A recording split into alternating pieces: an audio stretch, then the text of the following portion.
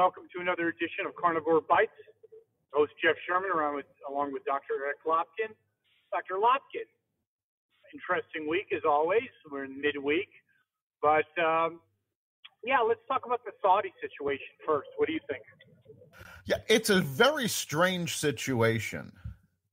I mean, we seem to be being pulled into the middle of it, and not necessarily for any good reason.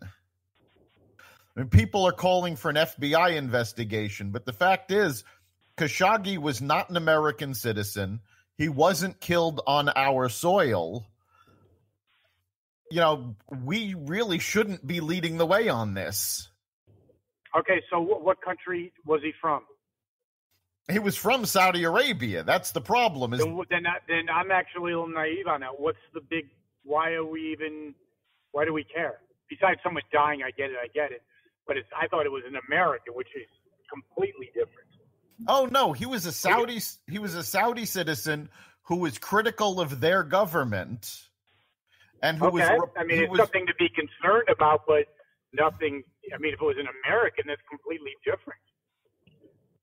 Yeah, I mean, we're getting pulled into it. I think primarily because it happened in Turkey, who's a NATO ally.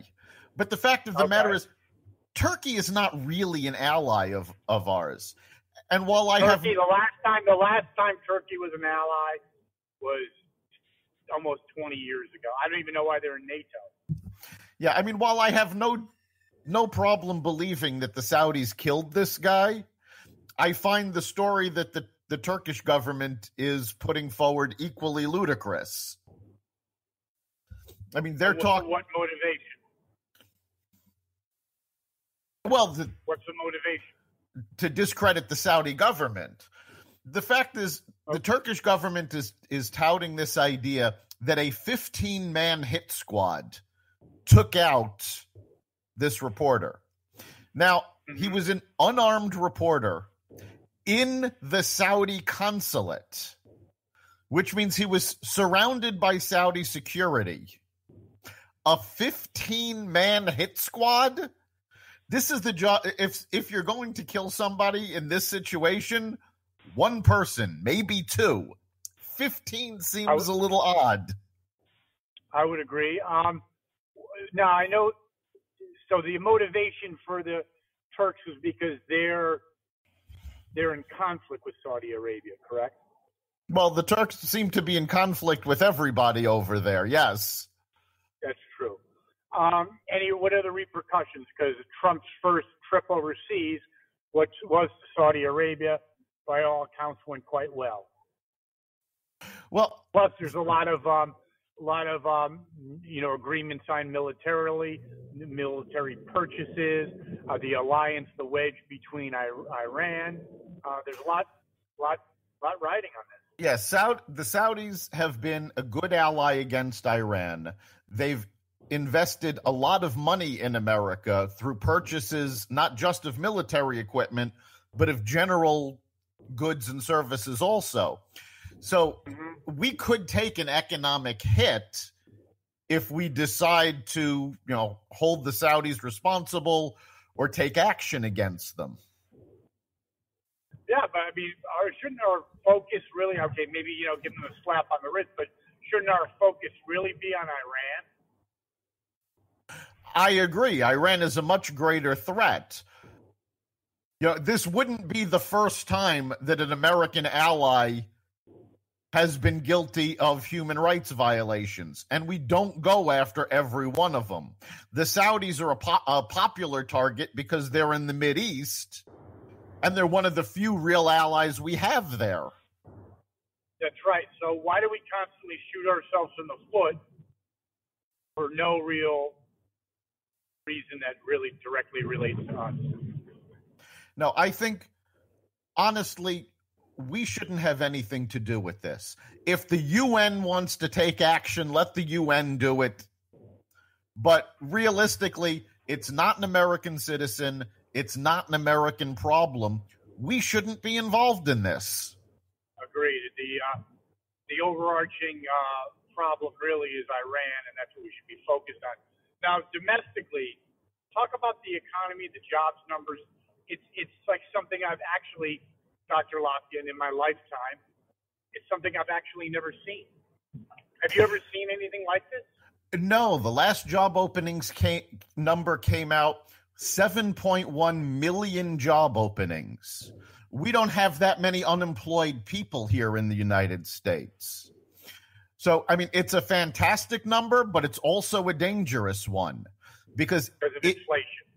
Well, not just inflation. It could cause the economy to contract simply because we don't have enough people to fill all those jobs. Okay, but let's look politically. If you've been out of work, I talked to a recruiter, actually, you know her, Marsha LaRue. Yes. Well, actually, a job coach. And she was actually saying she's known people that haven't worked in 2 years have found jobs, even in Connecticut. Yeah, at this point, if you want a job, you found one. There is a job for every person that wants one in America. Have you ever seen that? And by the way, America's now been rated, I think, overwhelmingly as the hottest economy in the world.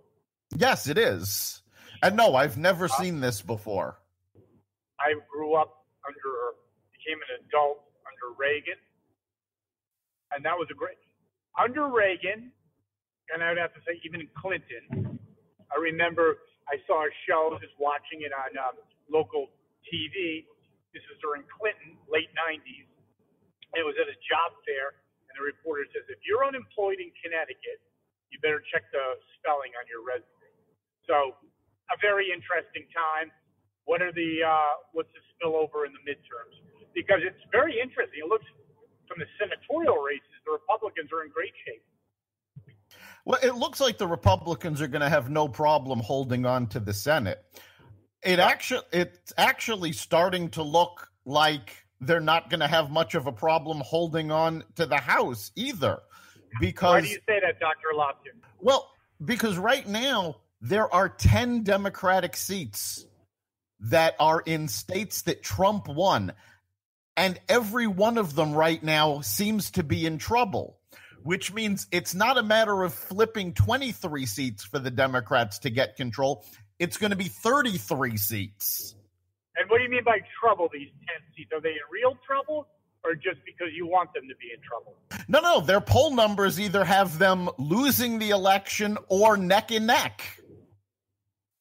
Now, that to me would be one of the most fascinating stories, only overshadowed by the 2016 election.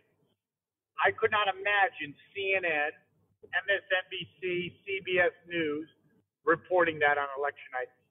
No, and what's the cover? If the Republicans manage to keep the House, it's going to be historic because midterm elections almost always go to the challenger. The incumbent party almost always loses the midterm elections. If the Republicans manage to hold on, they've made history. Now, speaking of the midterms, Elizabeth Warren, a.k.a. Pocahontas, I know it's not it's comical with it. She actually has not helped the Democratic cause at all. No, the Democrats are pissed at her. The Cherokee Nation came out against her. This was the stupidest thing she could have done. And it goes back. I have more Native American blood than she does. Well, there was one geneticist that actually said, if you are of European descent, you probably have more Native American blood than she does. What's the political ramifications for her? Presidency, not going to happen. No, she's a laughingstock now. They got no chance of the presidency. What I'm wondering, though, is if they can nail her for fraud.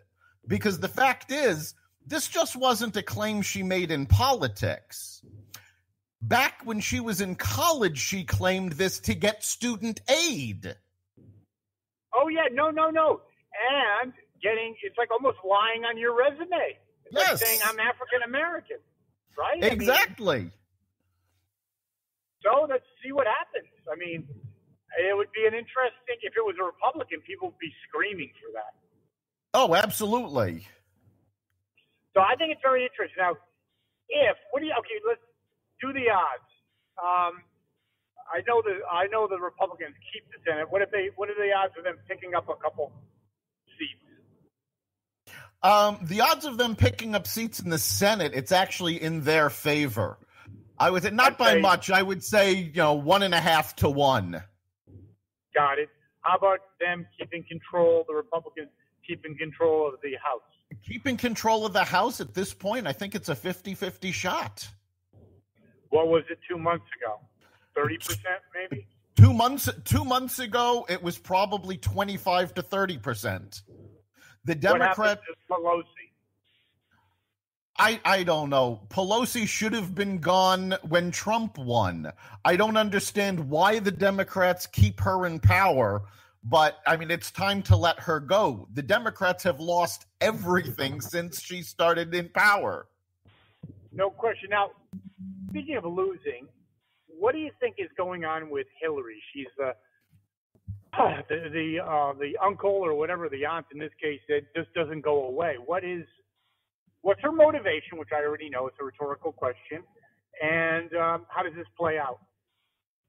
I don't know that it does play out. Right now, her and Bill are touring doing talks. They'll make a fortune off of that. I think she thinks she's still relevant, and doing this stuff makes her feel like she's still relevant. But honestly, the Democrats are never going to back her again. She's got no chance of getting back. But I think in her own mind, because listen, she lived in a farce of a marriage, other things. This was her life. It wasn't just like a Romney that, okay, wasn't a good thing that he didn't win for him. This was her life, and I don't think she's ever gotten over it. No, and I don't know that she ever will. I mean, remember, she's been working on this since Bill was in the White House. She went to the Senate. God forbid, she couldn't wait for Bill to get out of the White House to move to New York so she could run as a senator as a carpetbagger. So she ran for the Senate. She stayed there. She ran for president. She lost to Obama, Secretary of State. And, this has been everything she's been working with. I honestly believe it's the only reason she didn't divorce Bill is because she wanted to be in the White House. And it's never going to happen, and I don't know that she can get over it. But I still think in her own mind, she's still thinking she has a chance or she wouldn't be doing all this. It's possible, but, I mean, she's damaged goods. She will never, even if she decides to run again, she'll never win a primary again. The Democratic Party will never rig the game for her again. No, she has no chance. And just before we close, really comment on that because, we were together in 08, 09, 2010, where things were just articulate, because it's important, articulate where we were to where we are now in terms of finding a job. Oh, there's no comparison. Back in 09, 10, there were people who resigned themselves to the fact that they were never going to work again. If you were 50, 55 and over, you had no chance of finding anything. Now, doesn't matter who you are. There is a job for everybody in the country. And from a human interest standpoint, you actually, obviously names, omit the names, you actually know people that's actually happened to. And I know that one of the individuals, and I remember he was a talented person. I remember you told me, I kind of got like sad for the person. I said, yeah, he's bummed because he's got talent, but he'll never use it again. And now you say he's working. Yeah, now I knew a number of people in that situation where they were looking at, early retirement.